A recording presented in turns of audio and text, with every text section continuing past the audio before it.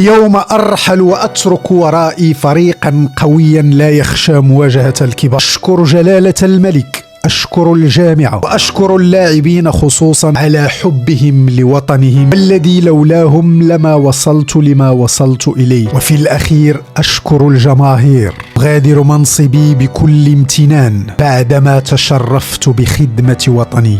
هذه هي الكلمة باش ختم وليد الركراكي المسيرة ديالو مع المنتخب الوطني المغربي. وحنا بالدور ديالنا كنقولوا لك شكرا وليد الركراكي. ماشي حتى وصلتينا لنصف نهاية كأس العالم ولا نهاية كأس إفريقيا اللي شحال هذا ما وصلنا لها، نو ماشي لهذا الشيء، نو لأنك خليتي المغاربة يتيقوا في نفوسهم وحيتي في الفريق روح الوطنية، الشيء اللي 50 سنة وحنا كنقلبوا عليه. رغم أنك كنتي أول ضحية لها الثقة في النفس سي وليد، كتظن أنك فهمتينا ولا فهمتي العقلية في المغرب.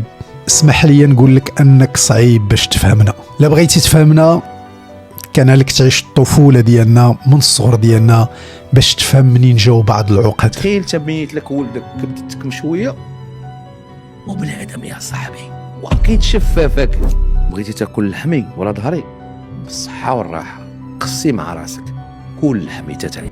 نتمنى أن وهبي ما يطيحش في نفس الخطأ ديالك.